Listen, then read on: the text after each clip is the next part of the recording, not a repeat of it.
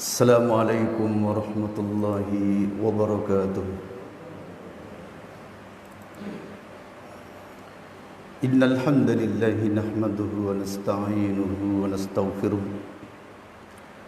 wa natubu ilayhi wa na'udzu bihi min shururi anfusina wa min sayyiati a'malina. Man yahdihillahu fala mudilla lahu ومن يضلل فلا هادي له وأشهد أن لا إله إلا الله وحده لا شريك له وأشهد أن محمدا عبده ورسوله أما بعد.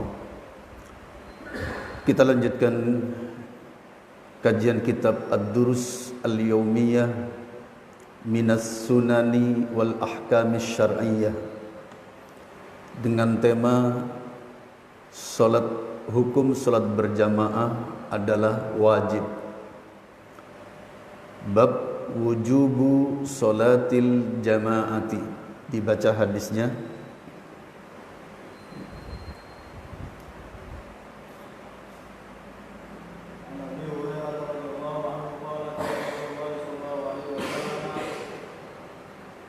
Inna athqala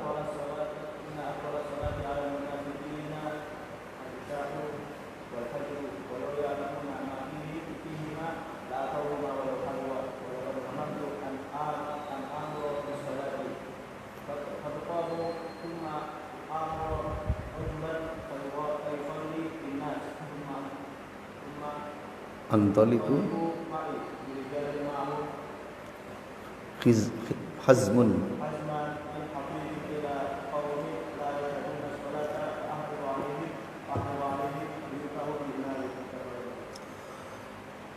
An Abi Hurairah radhiyallahu anhu qala, dari Abi Hurairah radhiyallahu an ia berkata, qala Rasulullah sallallahu alaihi wasallam, Rasulullah sallallahu alaihi wasallam bersabda, inna athqalas salati, sesungguhnya salat yang paling berat, alal munafikina, atas orang-orang munafik, al-isya'u, yaitu salat isya, wal fajru, dan salat subuh. Walau ya'lamuna ma fihima, dan sekiranya mereka mengetahui apa pahala yang terdapat pada keduanya, la atauhuma walau habwan, niscaya mereka akan mendatangi keduanya meskipun sambil merangkak. Walaqad hamamtu an amura bis salati, dan sungguh aku menginginkan untuk memerintahkan salat, fatuqamu, lalu didirikan, summa amura rajulan, kemudian aku menyuruh seseorang, fayusalliya bin nasi, lalu ia salat bersama manusia, summa antaliku ma'i birijalin ma'ahum hazmun min hatabin, kemudian aku pergi bersama orang-orang yang membawa seberkas kayu bakar, ila qaumin, kepada kaum, la yashhaduna sholata, yang tidak ikut salat berjamaah, fa'uharriqu alaihim, lalu aku bakar rumah-rumah mereka, buyutuhum, rumah-rumah mereka, bin nari, dengan api. Muttafaqun alaih, hadis ini diriwayatkan oleh Bukhari dan Muslim. Kita kenang hadis ini. Pada hadis ini para jamaah mengandung pelajaran tentang wajibnya salat berjamaah, di mana sampai Nabi mengatakan akan menyuruh orang untuk ngimami, artinya mewakili Rasulullah. Kenapa? Karena Rasulullah hendak pergi bersama orang-orang untuk membawa kayu bakar dan akan membakar rumah-rumah yang tidak mengikuti salat berjamaah. Ini Ahlus Sunnah wal Jamaah mengambil pelajaran dari hadis ini wajibnya sholat berjamaah. Kenapa? Di mana dari sisi istidlalnya, sisi pengambilan dalilnya, yaitu Nabi sampai mau membakar rumah. Sementara di dalam Islam menyiksa dengan membakar itu terlarang.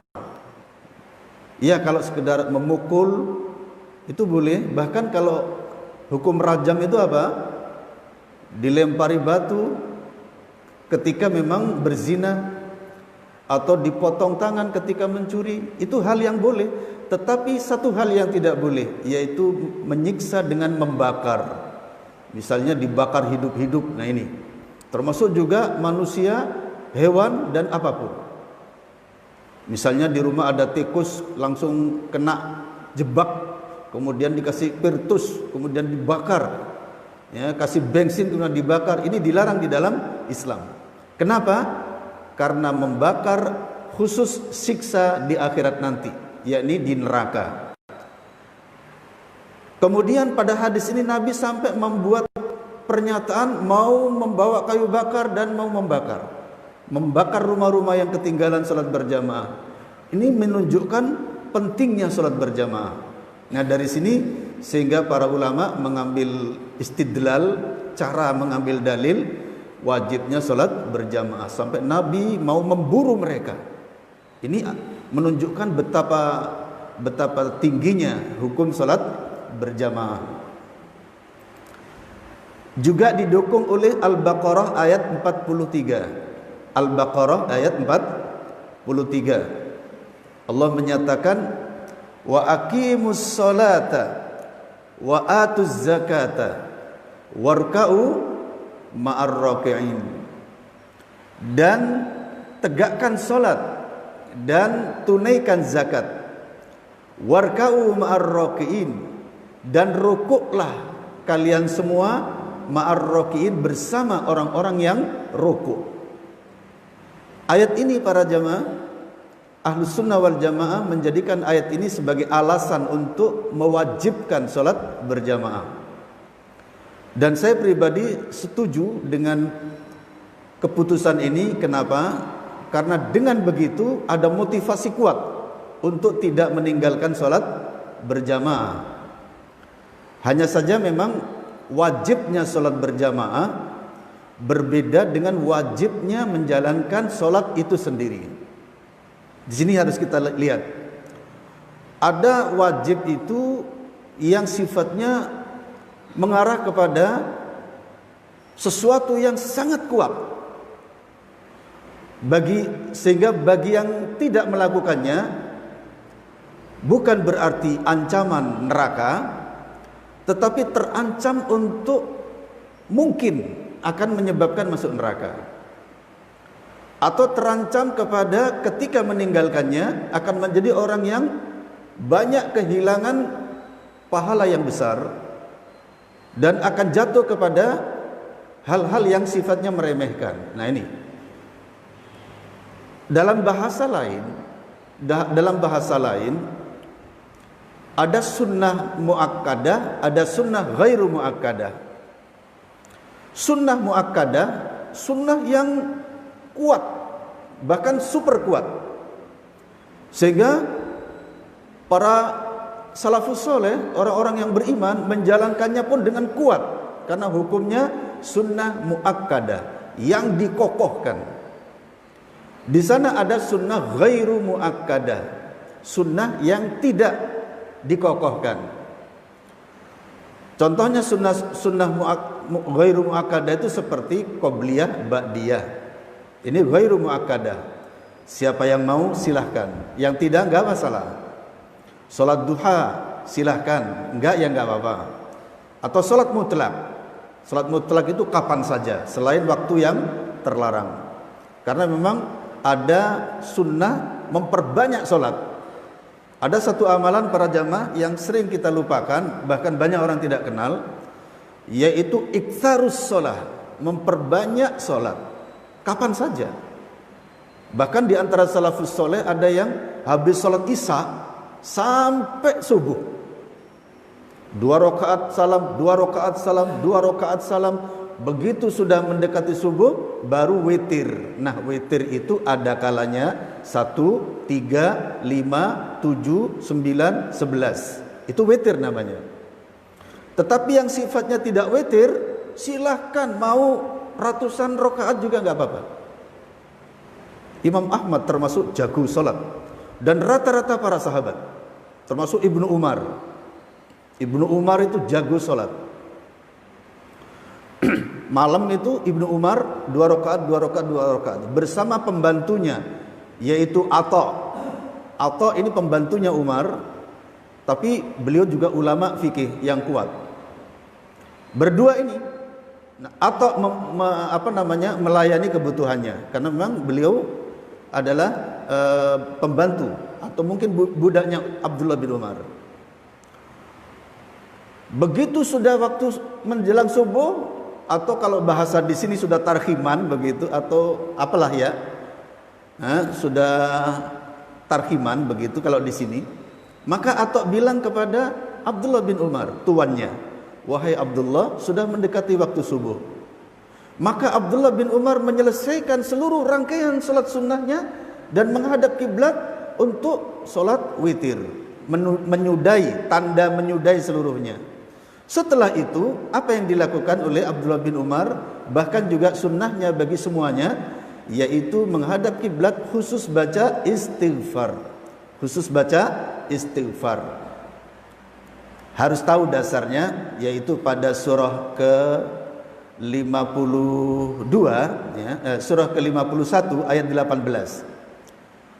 Surah ke-51 ayat 18, yaitu surah Az-Zariyat, di mana Allah Subhanahu wa taala ketika menceritakan tentang perihal keadaan orang-orang yang bertakwa itu, Allah menyatakan wabil ashari hum yastaghfirun, dan pada waktu sahur mereka sibuk dengan istighfar. Waktu sahur sibuk dengan istighfar. Waktu sahur itu kapan? Seorang Bilal makan sahur bersama Rasulullah. Rasulullah itu kalau makan sahur para jamaah beda dengan berbuka.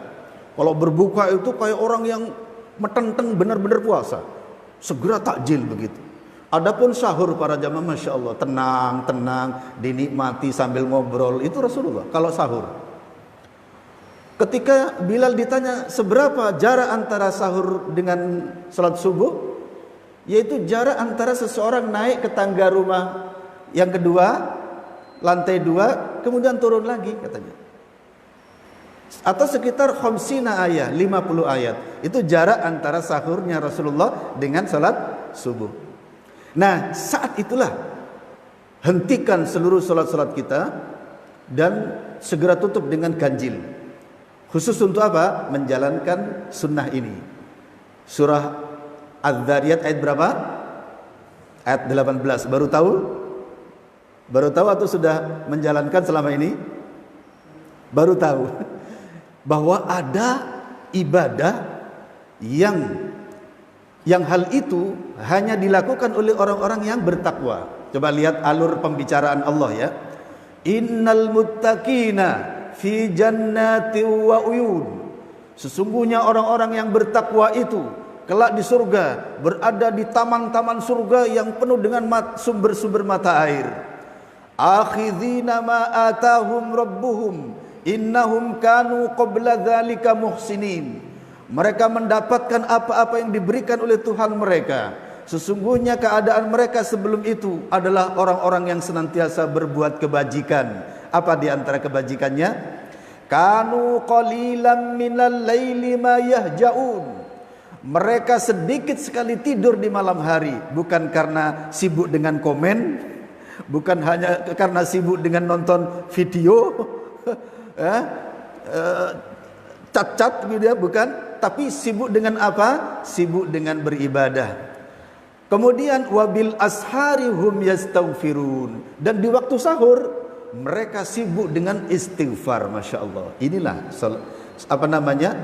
kegiatan orang-orang yang bertakwa di malam hari. Yang dimaksud sedikit tidur di malam hari itu karena di dalam sunnah dibagi para jamaah, sekiannya untuk tidur, sekiannya untuk sholat malam, sepertiga malam terakhir terutama. Makanya kalau bisa tidur jangan terlalu malam ya, minimal jam 10 lah gitu ya. Jam 10 itu sudah kalau bisa disudahi. Setelah itu apa? Tidur, nanti jam 3 bangun sudah enak. Jam 3 atau setengah 3. Disitulah kita sholat malam. Sholat malam. Silakan mau langsung witir juga boleh, yaitu 3, 1 sampai 11. Atau masih sholat sunnah dulu 2 rakaat, kemudian setelah itu baru witir. Cuman jangan lupa di waktu sahur hentikan semuanya. Kira-kira kurang 15 menit lah salat subuh itu. Atau berapa ya? 30 menit misalnya. Khusus untuk menjalankan ayat ini. Wabil ashari hum yastaghfirun. Dan di waktu sahur mereka sibuk dengan istighfar. Maka Abdullah bin Umar setelah waktu sahur inilah menghentikan selangkaian salat-salatnya. Menghadap kiblat khusus istighfar. Astaghfirullah wa atubu ilaih, astaghfirullah wa atubu ilaih, astaghfirullah wa atubu ilaih. Jangan kurang dari 100. Ini dalilnya para jemaah. Ada ibadah yang banyak orang tidak ketahui. Kembali kepada keterangan semula bahwasanya salat berjamaah itu wajib, tapi berdekatan dengan sunnah muakkadah. Sifatnya wajib.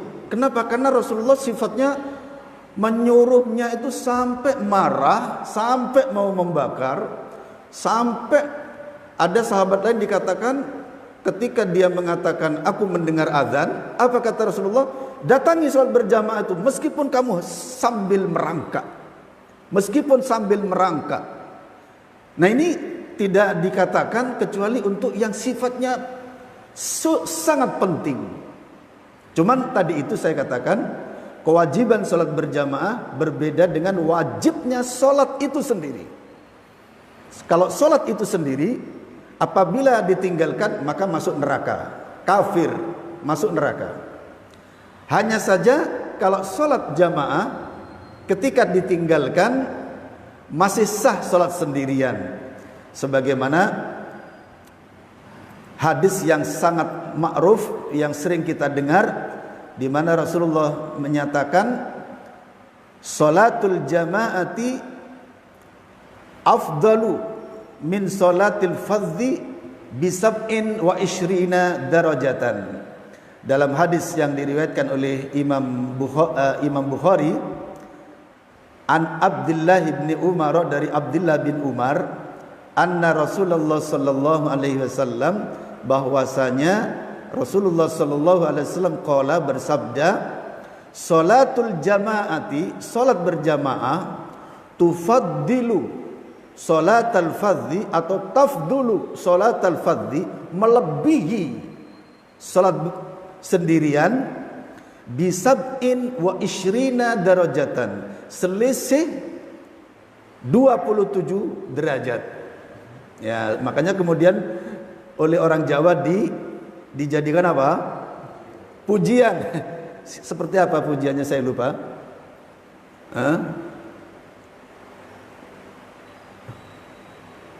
Salat berjamaah 17 derajat kata orang Jawa. Saya tiba-tiba lupa nyanyiannya. Nah, seperti itu. Nah, hadis ini para jamaah menunjukkan bahwasanya salat berjamaah itu tidak wajib. Hadis ini menunjukkan salat berjamaah itu tidak wajib. Tetapi seluruh ulama fikih mengangkat salat berjamaah itu hukumnya sunnah muakkadah. Sunnah muakkadah itu sunnah yang sangat kuat.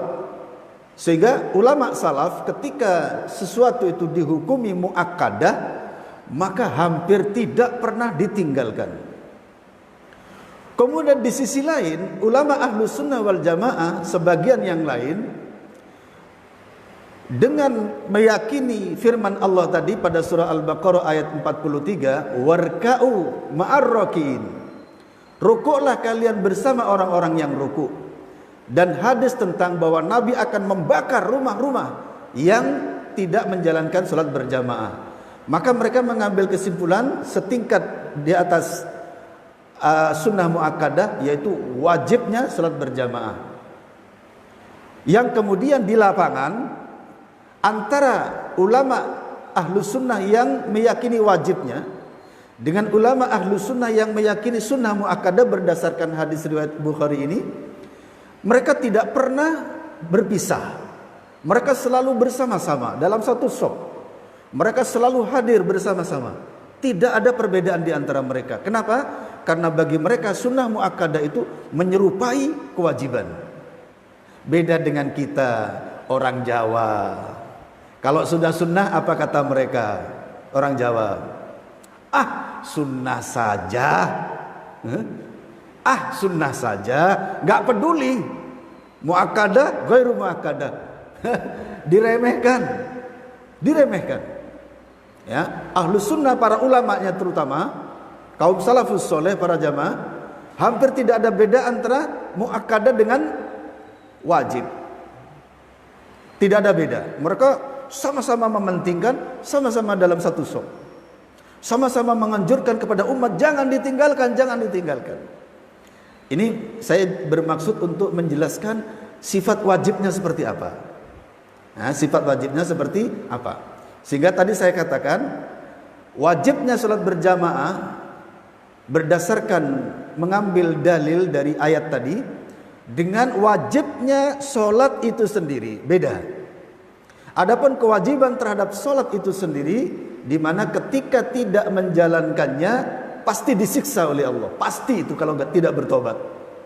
Meninggalkan sholat pasti disiksa oleh Allah kalau tidak bertobat. Kecuali kalau bertobat kemudian diterima tobatnya. Kenapa? Karena wajib. Sebab kaidah wajib dalam hukum fikih apa? Al-wajibu ma yuthabu fa'iluhu wa yu'aqabu tarikuhu. Sesuatu yang diberi pahala pelakunya dan disiksa yang meninggalkannya. Itu kaidah wajib. Yang mana dia bertentangan dengan kaidah haram. Wajib dan haram ini yang berseberangan. Wajib di sini setentang dengan haram, ya. Di mana haram kaidahnya apa? Ma yusabu tarikuhu wa yu'aqabu fa'iluhu. Haram adalah sesuatu yang disiksa pelakunya dan diberi pahala yang meninggalkannya. Itu haram. Nah, wajibnya sholat itu sendiri sebanding dengan larangan haram. Adapun wajib pada sholat berjamaah tadi adalah seimbang dengan sunnah muakkadah. Artinya sesuatu yang urgen sekali, sesuatu yang penting sekali, yang mana ketika seseorang istiqomah menjalankannya akan mendapatkan banyak kebaikan, banyak anugerah dari Allah Subhanahu wa taala. Faham arti wajib bagi salat berjamaah? Jadi ada dua kemungkinan, wajib atau sunnah muakkadah. Hanya saja para jamaah dalil menunjukkan mengarah kepada wajibnya. Dalil mengarah kepada wajibnya. Pertama apa? Surah Al-Baqarah ayat 43 yang menyatakan warka'u ma'ar-rakiin. Di sini Ibnu Katsir mengatakan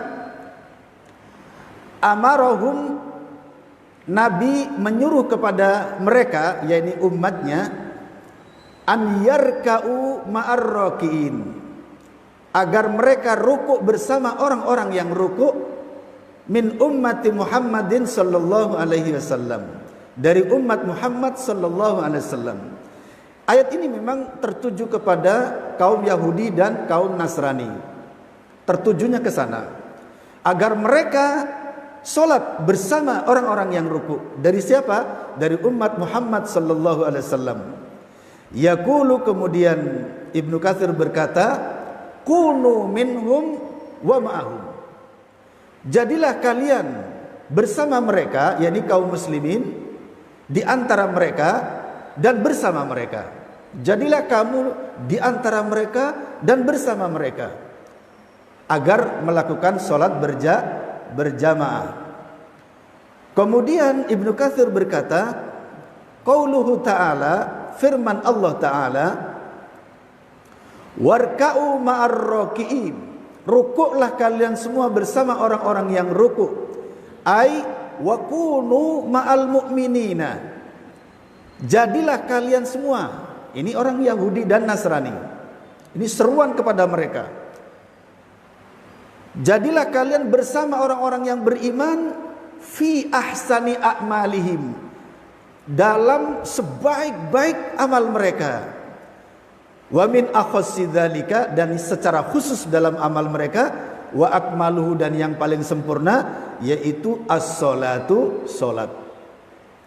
Lalu kemudian Ibnu Katsir menyimpulkan, waqad istadalla katsirun minal ulama'i, dan sungguh kebanyakan atau mayoritas para ulama mengambil dalil bihadhil ayati, dengan ayat ini, ala wujubil jamaati, atas wajibnya salat berjamaah.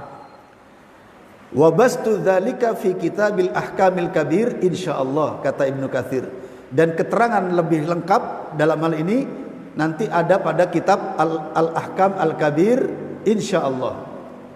Kemudian waqad takallama al-Qurtubi, dan Imam al-Qurtubi telah berbicara ala masailil jamaati, terhadap masalah berjamaah, wal imamati, dan masalah keimaman dalam salat berjamaah. Fa'ajaga, lalu sangat baik apa yang beliau tulis.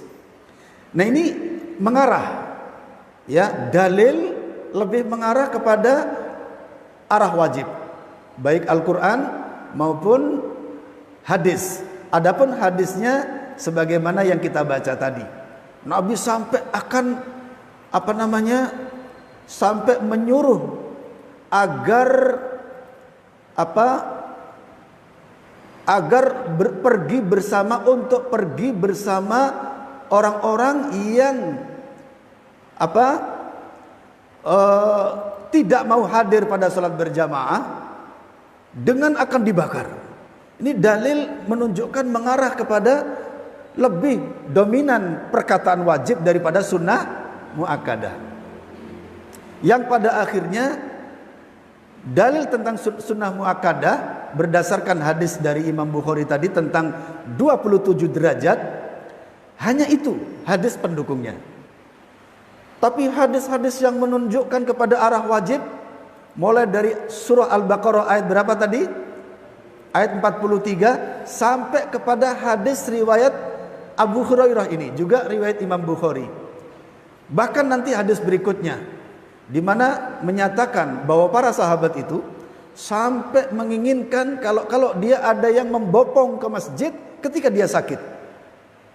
Sampai ada yang menginginkan kalau ada yang membopong ke masjid ketika dia sakit. Ini saking di mata para sahabat salat berjamaah itu wajib. Sampai mereka ketika sakit pun mengharap ada yang membopong ke masjid. Bahkan sampai Nabi mengatakan tadi, fa'ajib walau habwan, kata Rasulullah sallallahu alaihi wasallam. Kemudian dibaca hadis berikutnya.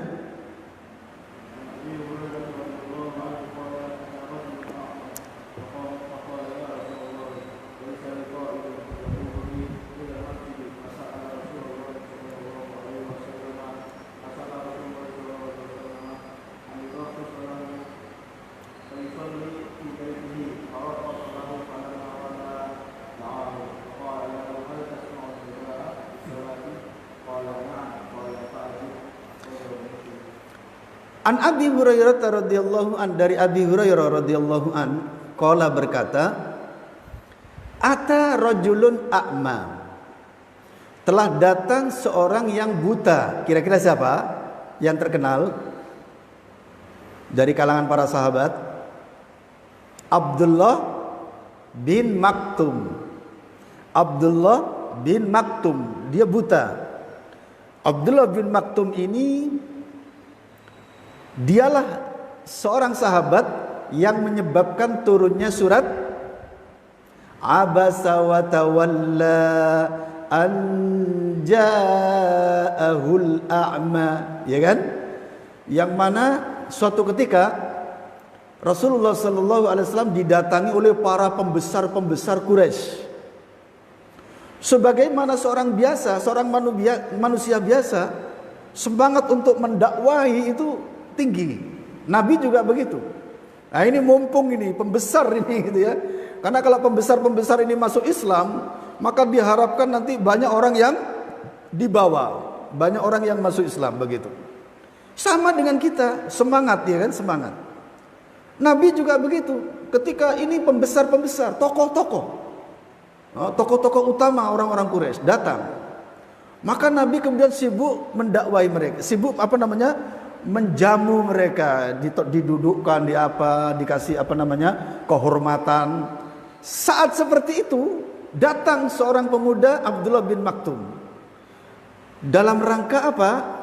Untuk menimba ilmu kepada Rasulullah atau untuk menanyakan masalah-masalah yang dia ingin tanyakan. Sebagaimana karena Abdullah bin Maktum itu juga seperti biasanya gitu loh, sering datang kepada Rasulullah, bahkan mungkin setiap hari hadir di majelis Rasulullah. Maka sesaat Rasulullah menganggap ini biasa gitu loh. Ya kalau bahasa kita mungkin ya silakan ke sana begitu. Pokoknya tidak disuruh duduk gitu loh. Ya monggo silakan ke sana gitu. Karena sudah terbiasa seperti kita jamaah yang setiap hari. Misalnya ada tamu dari luar datang ke saya, kemudian ada jenengan datang. Mungkin jenengan tak suruh seperti biasanya, ya silakan. Karena saya ingin sibuk dengan melayani tamu. Secara akal manusia Rasulullah tidak salah, logis, biasa itu. Tapi kemudian Allah yang maha tahu rahasia di balik itu, bukankah demikian? Sementara Allah tahu bahwa tokoh-tokoh yang datang itu nggak bakalan masuk Islam, gitu loh. Allah yang tahu, manusia mana tahu, betul gak kira-kira? Sebagaimana Rasulullah mana tahu kalau dia sudah ditakdirkan tidak akan masuk Islam. Secara kewajiban kemanusiaan, tamu harus dihormati. Sedangkan teman yang biasa, teman karib biasa, seperti biasanya, begitu. Wajar sekali para jamaah. Bukan berarti seperti yang dikatakan oleh orang-orang yang anti-Islam atau benci Nabi. Loh, Nabi kan masih punya salah katanya. Wah, ini ya kalau seperti itu arogan namanya itu ya. Arogansinya tinggi itu berarti. Mungkin munafik, mungkin karena ingin merusak Islam, kan begitu. Kok ngomongnya kan Nabi juga punya salah. Waduh para jamaah, kalau orang seperti itu para jamaah, munafik orang itu para jamaah. Ini nggak ada hikmah gitu loh. Ada hikmah, ya. Jangan dikatakan para jamaah, Nabi tidak pernah bersalah. Kalaupun sesuatu yang kemudian dilemparkan kepada manusia, ada hikmah yang Allah ingin tunjukkan kepada manusia. Sebenarnya Nabi lebih tahu daripada yang lain. Sebab Nabi hubungannya dengan Allah langsung. Tidak mungkin bersalah. Makanya Nabi derajatnya adalah maksum, terjaga, dan sudah dicap masuk surga. Mana salahnya, ya kan?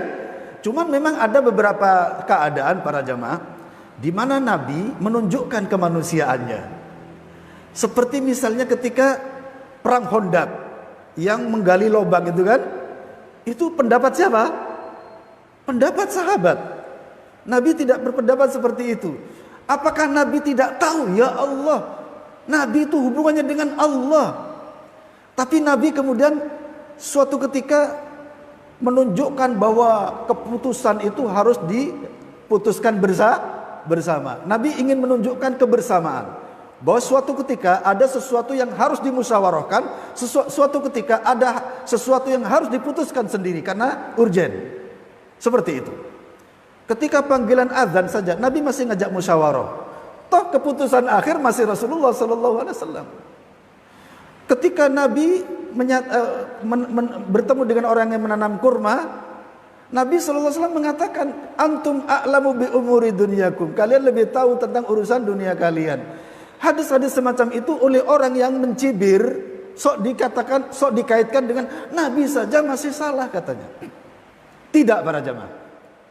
Coba lihat peristiwa-peristiwa yang berkenan dengan itu. Pasti kita akan tahu bahwa di situ ada Allah hendak memberi satu hikmah kepada manusia, dan terkadang Nabi nampak sekali ingin membuka ingin membuka ide-ide bagus. Toh nanti keputusan akhir tetap diputuskan oleh siapa? Oleh Rasulullah sallallahu alaihi wasallam.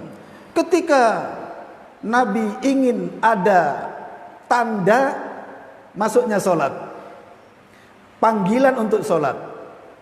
Kalau Nabi seandainya putuskan, bapak-bapak kaum muslimin, untuk panggilan sholat suara adzan, bisa. Nabi itu langsung dari Allah. Tapi saat itu Nabi ingin menunjukkan kebersamaan, asas musyawarah. Asas musyawarah termasuk Pancasila bukan? Halo? Asas musyawarah termasuk Pancasila bukan? Halo? Sila keberapa? Lupa. Lupa gitu ya. Subhanallah, itu Islam. Karena memang para ulama Islam di saat membentuk NKRI, mereka juga memutuskan hal itu. Mengambil dari mana? Hukum Islam, bahwa segala sesuatu harus berdasarkan azas musyawarah, bukan langsung diputuskan, bukan. Nabi suatu ketika juga demikian, mengutamakan azas musyawarah, termasuk panggilan sholat. Maka rapat semalam, Nabi rapat bersama para sahabat. Lalu di antara sahabat ada yang usul. Usul itu apa sih bahasa kita sehari-hari? Mengemukakan pendapat. Bagaimana kalau menggunakan trompet, kata mereka, tototet, tototet, tototet. Artinya masuk waktu sholat. Apa kata Nabi? Jangan, itu Yahudi. Karena Yahudi pakai trompet. Kata mereka, ini. Lalu ada lagi yang datang. Bagaimana kalau pakai kloneng? Kloneng ya? Neng, atau di kes, itu apa namanya ya? Lonceng berbunyi. Kata Nabi, jangan itu Nasrana. Itu Nasrani. Waduh, sampai keliru Nasrana. Ternyata Nasrani. Lalu kemudian mereka nyari-nyari. Bagaimana kalau menyalakan obor? Jadi setiap ada blus, api menyala, api obor, wah, sholat sudah datang gitu. Kalau itu direstui oleh Rasulullah, betapa banyaknya gas yang harus kita pakai, betul kan? Setiap hari harus ada berapa galon gas untuk menandai hal itu. Karena kalau nggak ada gasnya nggak nyala itu kan gitu ya. Akhirnya apa kata Rasulullah? Jangan itu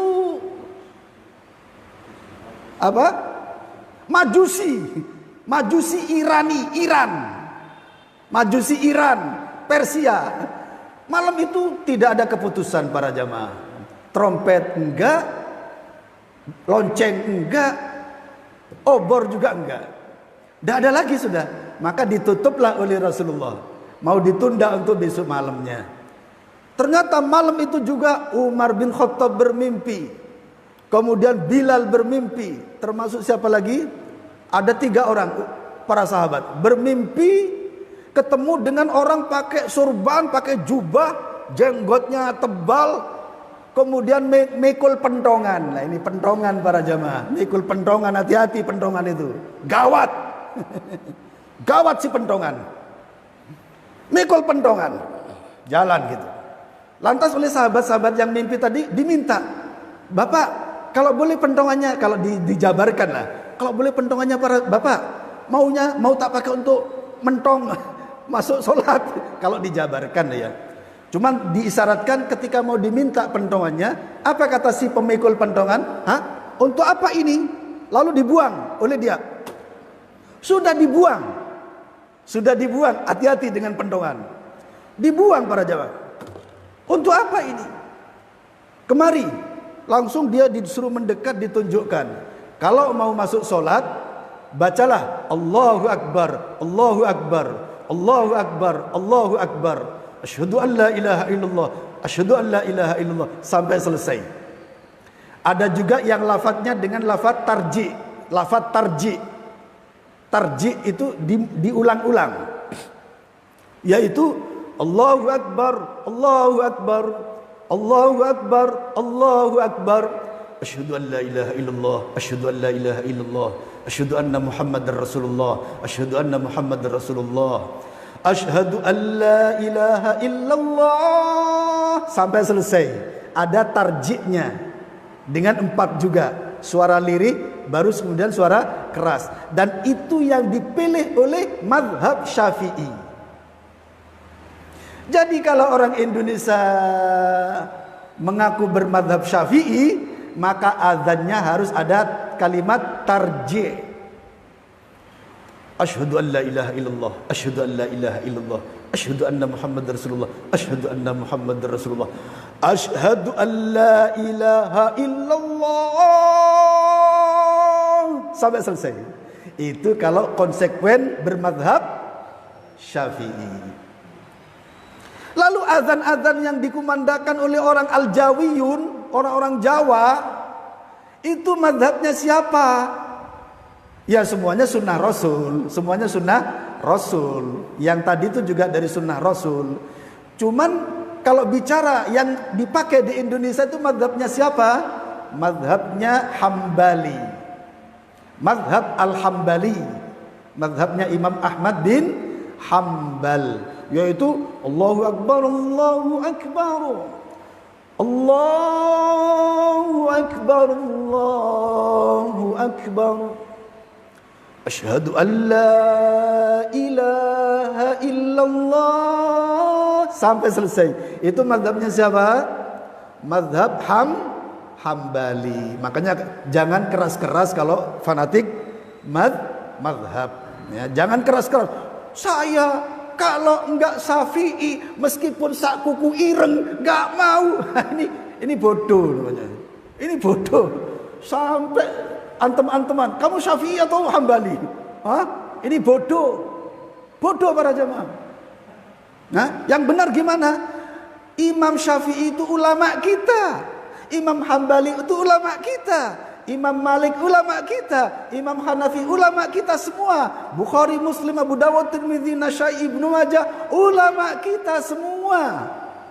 Mereka adalah ulamaul Islam, suyukhul Islam, guru-guru dalam Islam.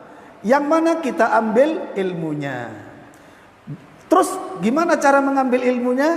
Karena orientasi kita bukan para ulama ini. Orientasi kita siapa? Rasulullah sallallahu alaihi wasallam, Quran dan sunnah. Maka sikap kita terhadap Imam Malik, Imam Hanafi, Imam Syafi'i, Imam Ahmad, Imam Bukhari, Muslim, Abu Dawud, Tirmidzi, Nasai, Ibnu Majah, Imam Ibnu Hajar Al-Asqalani, Imam An-Nawawi, Imam Ibnu Taimiyah rahimahullah, Imam Syekh Muhammad bin Abdul Wahab dan lain sebagainya. Mereka adalah guru-guru kita, di mana dalam urusan Islam kita ambil dari mereka siapa yang lebih dekat dengan sunnah Rasulullah sallallahu alaihi wasallam, yang dalilnya lebih kuat. Maka kita dalam masalah ilmu, dalam masalah fikih misalnya, ada satu hukum, satu qadiyah yang ternyata Imam Malik hadis pegangannya mutawatir, sahih misalnya. Sedangkan Imam Hanafi hanya sahih saja. Imam Syafi'i hasan misalnya, enggak sahih tapi yang dipegang hadisnya hadis hasan misalnya, berurusan dengan urusan tersebut. Imam Ahmad wajib misalnya. Maka dalam tarafan tadi yang paling tinggi siapa? Imam Malik. Betul enggak kira-kira? Imam Malik artinya dari beberapa hadis rujukan. Hadis rujukan. Ternyata Imam Malik lebih tinggi daripada yang lain. Kenapa? Mutawatir, sahih lagi. Maka saat itu, dalam satu hal itu, kita merujuk kepada Imam Malik. Kenapa? Karena kita lihat hadisnya lebih kuat daripada yang lain. Seperti itu caranya. Wong kita ini bukan bicara soal mazhab. Soal siapa, apakah harus Imam Malik, apakah harus Imam Hanafi, apakah harus Syafi'i, apakah harus Hambali. Tidak dalam Islam para jemaah. Yang terpenting atiullah wa atiur rasul. Dan ini yang kemarin dibahas di Facebook para jemaah. Ada seorang gelarnya LC, tapi mengatakan macam-macam tentang dakwah salaf. Saya katakan, ini orang bicara salaf tapi nggak ngerti salaf. Saya katakan begitu. Katanya salaf, tapi kok hanya imam-imam tertentu yang diikuti, imam yang lain ditolak. Kata, Masya Allah, ini bicara salaf tapi nggak ngerti salaf. Orangnya terkenal di dunia maya, dan banyak literatur makalah-makalahnya. Saya katakan ini orang sepertinya nggak ngerti salaf, bicara salaf. Akidah salaf ini orientasinya atiullaha wa atiur rasul. Bukan semata-mata Imam Malik. Imam Malik bukan nabi, ulama kita. Imam Syafi'i bukan nabi, ulama kita. Yang mungkin kata Imam Syafi'i sendiri,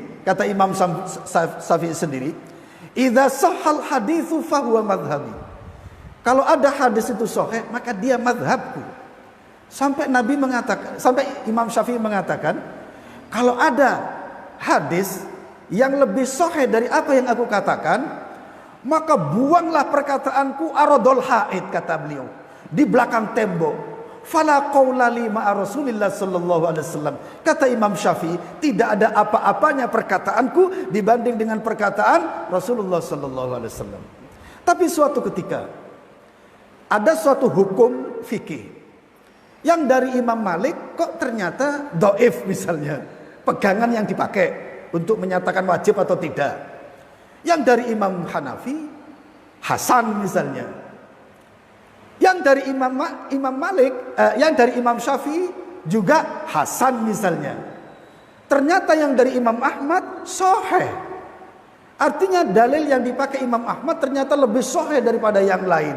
Saat itu kita harus yang mazhab Hanafi, saya pokoknya nggak mau kalau nggak Hanafi, padahal hadisnya dhaif.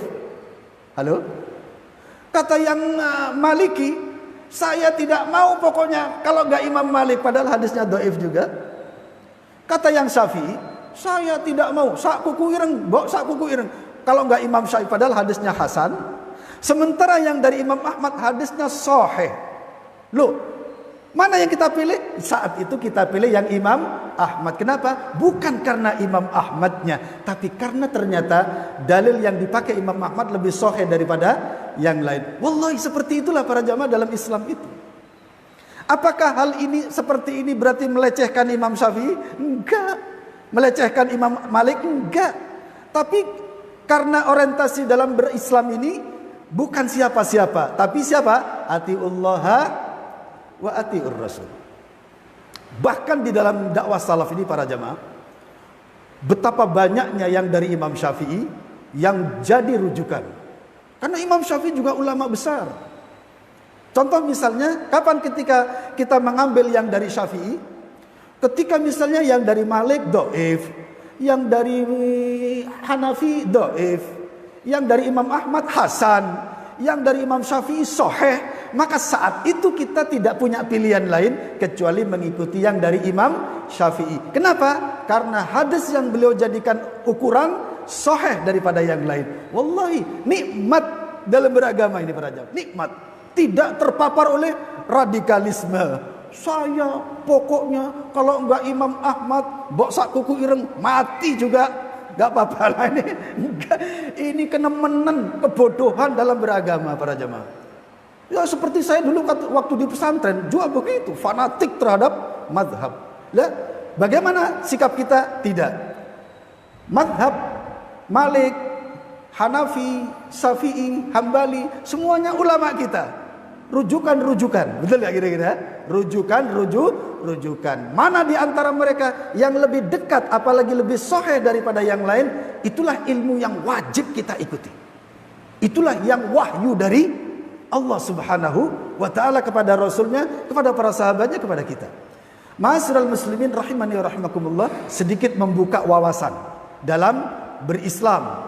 Jangan jumut kepada fanatik tertentu sampai akhirnya mengatakan kafir kepada orang lain. Nah ini selama masih, cuman permasalahannya para jamaah dalam masalah fikih, selama masih ada di Imam Malik, selama masih ada di Imam Hanafi, selama masih ada di Imam Syafi'i, selama masih ada di Imam Hambali, yang para ulama ini juga merestuinya, masih belum tersesat jalan. Faham?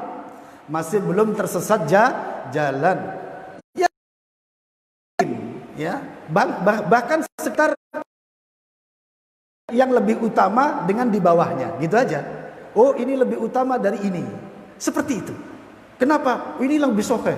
Ini derajatnya lebih tinggi dan lain sebagainya. Seputar itu para jamaah. Bukan berarti kemudian melecehkan. Bahkan seakan-akan mazhab itu seperti agama. Nah, ini yang salah. Yang seakan-akan, bahkan kalau kita bicara fanatik-fanatikan para jamaah, sampai saat ini, negeri di mana yang mayoritas Hanafi, juga seperti itu. Wajib Hanafi seperti itu. Negeri yang di situ banyak Hanafi seperti mana? Seperti Irak, pokoknya apa namanya, daerah Irak dan Yaman macam-macam ini banyak yang Hanafi. Adapun Maroko banyak yang Maliki. Nah ini, mereka ini fanatiknya, masya Allah. Kami kalau nggak Hanafi enggak. Yang Syafi'i kayak model Indonesia. Kami kalau nggak Syafi'i enggak. Padahal azannya ikut siapa, ayo lah gitu. Azan kamu ikut siapa? Nggak tahu mereka. Ya. Dan di Indonesia ini para jamaah, oke lah, taruhlah mazhab Syafi'i murni, maka Salafi para jamaah, Salafi para jamaah. Lo kenapa kok ngaku Syafi'i tapi kok macam-macam? Iya, di Indonesia ini secara fikih kata mereka, tapi ketika kita koncei ya kurang gitu loh.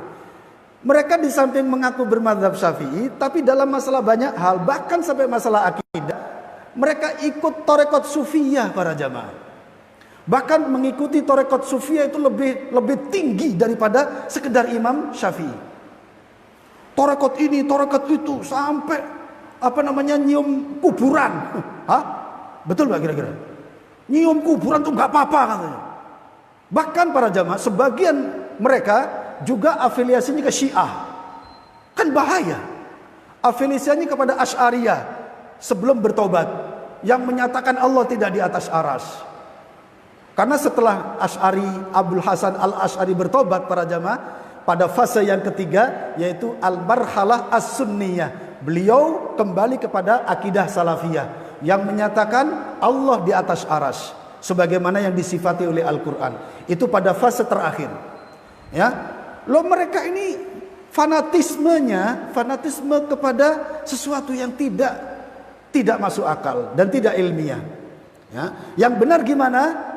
Silahkan, kalau ada suatu hukum yang ternyata imam mana yang paling tinggi derajat kesahihan hadisnya, itulah ilmu. Jadi tidak ada yang namanya fanatisme mazhab. Apalagi kalau ditambah dengan fanatisme mazhabnya iya, ngotot, ditambah lagi dengan fanatisme golongan, nah sudah wis, gak iso diotik wis gitu ya. Matilah wis.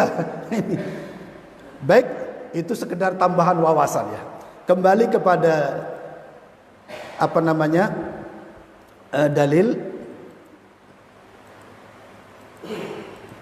kepada kitab, masya Allah terhapus para jamaah ya, tentang masalah wajibnya sholat berjamaah.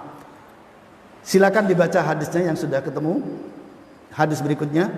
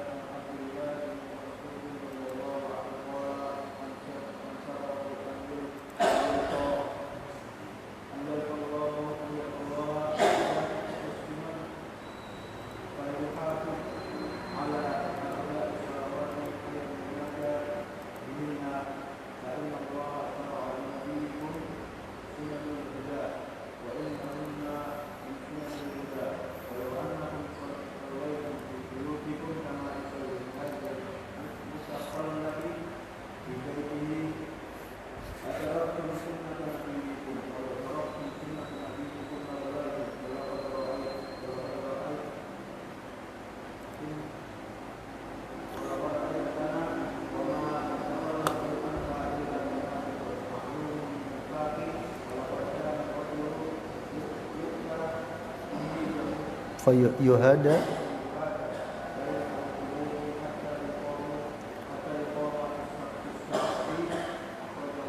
An Abdullah bin Mas'ud radhiyallahu an, dari Abdullah bin Mas'ud radhiyallahu an, qala berkata, man sarrahu, ini juga yang mengarah kepada wajib para jemaah. Man sarrahu an yalqallaha ghadan musliman, barang siapa yang lebih menyenangkan, yang lebih menginginkan agar nanti berjumpa dengan Allah dalam keadaan muslim yang baik, falyuhafidh ala haula'is salawati, maka hendaklah ia menjaga 5 waktu itu, haitsu yunada bihinna, di mana saja mereka dipanggil dengan salat 5 waktu itu. Ini dalil bahwasanya di mana saja kita mendapatkan panggilan salat berjamaah, disitulah kita datangi. Ya, ini hadisnya. Fa innallaha syara'a li nabiyyikum, maka sesungguhnya Allah telah mensyariatkan kepada nabi kalian sunanal huda, sunnah-sunnah petunjuk. Wa innahunna min sunanil huda, dan sesungguhnya salat 5 waktu berjamaah itu termasuk sunnah-sunnah petunjuk. Walau annakum shallaitum fi buyutikum, dan sekiranya kalian solat di rumah-rumah kalian, kama yusolli hadzal mutakhallifu fi baitihi, sebagaimana solatnya orang yang ketinggalan solat berjamaah di rumahnya, artinya dia solat di rumahnya tidak ke masjid. Lataraktum sunnata nabiyyikum, sungguh kalian berarti telah meninggalkan sunnah nabi kalian. Ini kuat sekali hadis ini para jamaah. Walau taraktum sunnata nabiyyikum la dhalaltum, kata Ibnu Mas'ud, dan sungguh sekiranya kalian meninggalkan sunnah nabi kalian, la dhalaltum, sungguh kalian akan tersesat.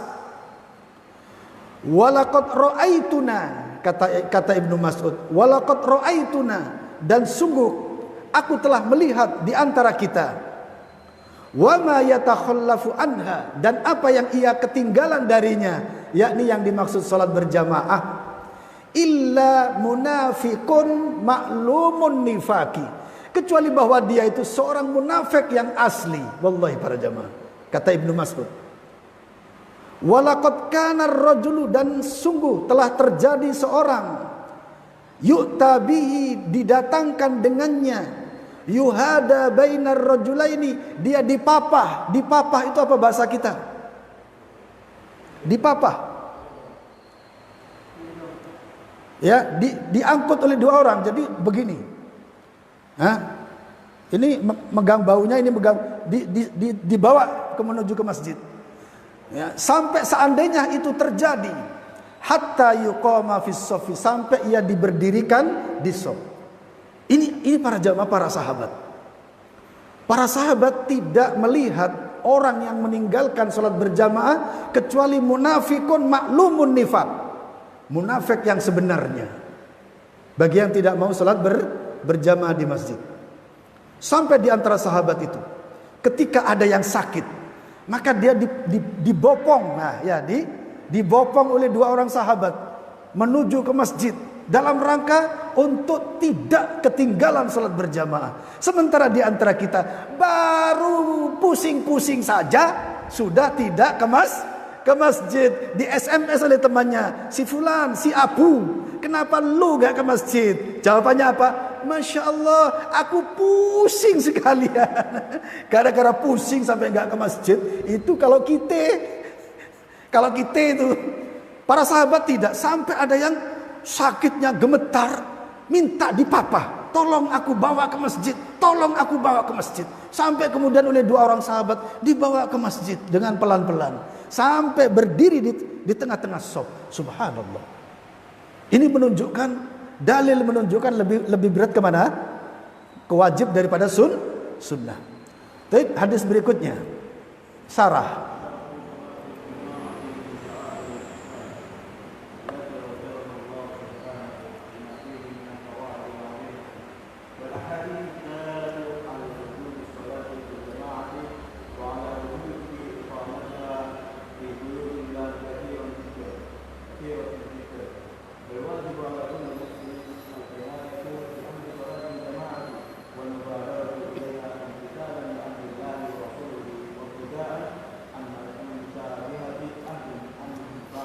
Asyarhu syarah, salatul jamaati, salat berjamaah itu min sya'airil Islam, termasuk syiar-syiar Islam. Dengan salat berjamaah umat Islam kelihatan bangkit, kelihatan bersatu seperti itu. Allati aujabahallahu subhanahu, yang mana termasuk yang diwajibkan oleh Allah Subhanahu wa taala. Kenapa? Lima fiha minal fawaidil azimah. Karena pada salat berjamaah itu terdapat keutamaan faidah yang sangat agung. Wal ahaditsu ad-dallatu ala wujubi salatil jamaah, dan hadis-hadis yang menunjukkan atas wajibnya salat berjamaah, wa ala wujubi iqamatiha, dan atas wajibnya didirikannya salat berjamaah fi buyutillahi, di rumah-rumah Allah, yakni di masjid-masjid Allah, bukan di kamar masing-masing, bukan di pasar masing-masing, bukan, tapi di rumah-rumah Allah. Maksudnya apa? Masjid. Katsiratun jiddan, banyak sekali hadisnya, dalilnya. Fal wajib ala kulli muslimin, maka kewajiban atas setiap muslim apa? Al inayatu bi amri salatil jamaati, yaitu perhatian terhadap perintah salat berjamaah. Wal mubadaratu ilaiha, dan perhatian akan hendaknya bersegera, bergegas-gegas menuju salat berjamaah. Dalam rangka apa? Imtithalan li amrillahi wa rasulihi, dalam rangka menjalankan perintah Allah dan Rasulnya. Wabti'adan an musyabahati ahlin nifaq, dan dalam rangka menjauhkan diri dari menyerupai orang-orang munafik. Al-fawaid.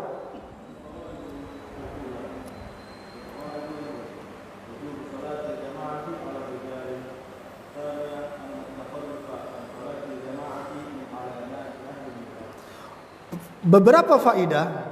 Wujubu salatil jamaati ala rijal. Beberapa hadis di atas tentang wajibnya salat berjamaah bagi kaum laki-laki. Jadi ibu-ibu yang di rumah, kalau bapak-bapaknya ternyata nggak mau salat berjamaah, caranya gimana? Gampang, diperciki air, ya, biar apa? Biar melek, ya, biar melek. Nah, ini wajib itu.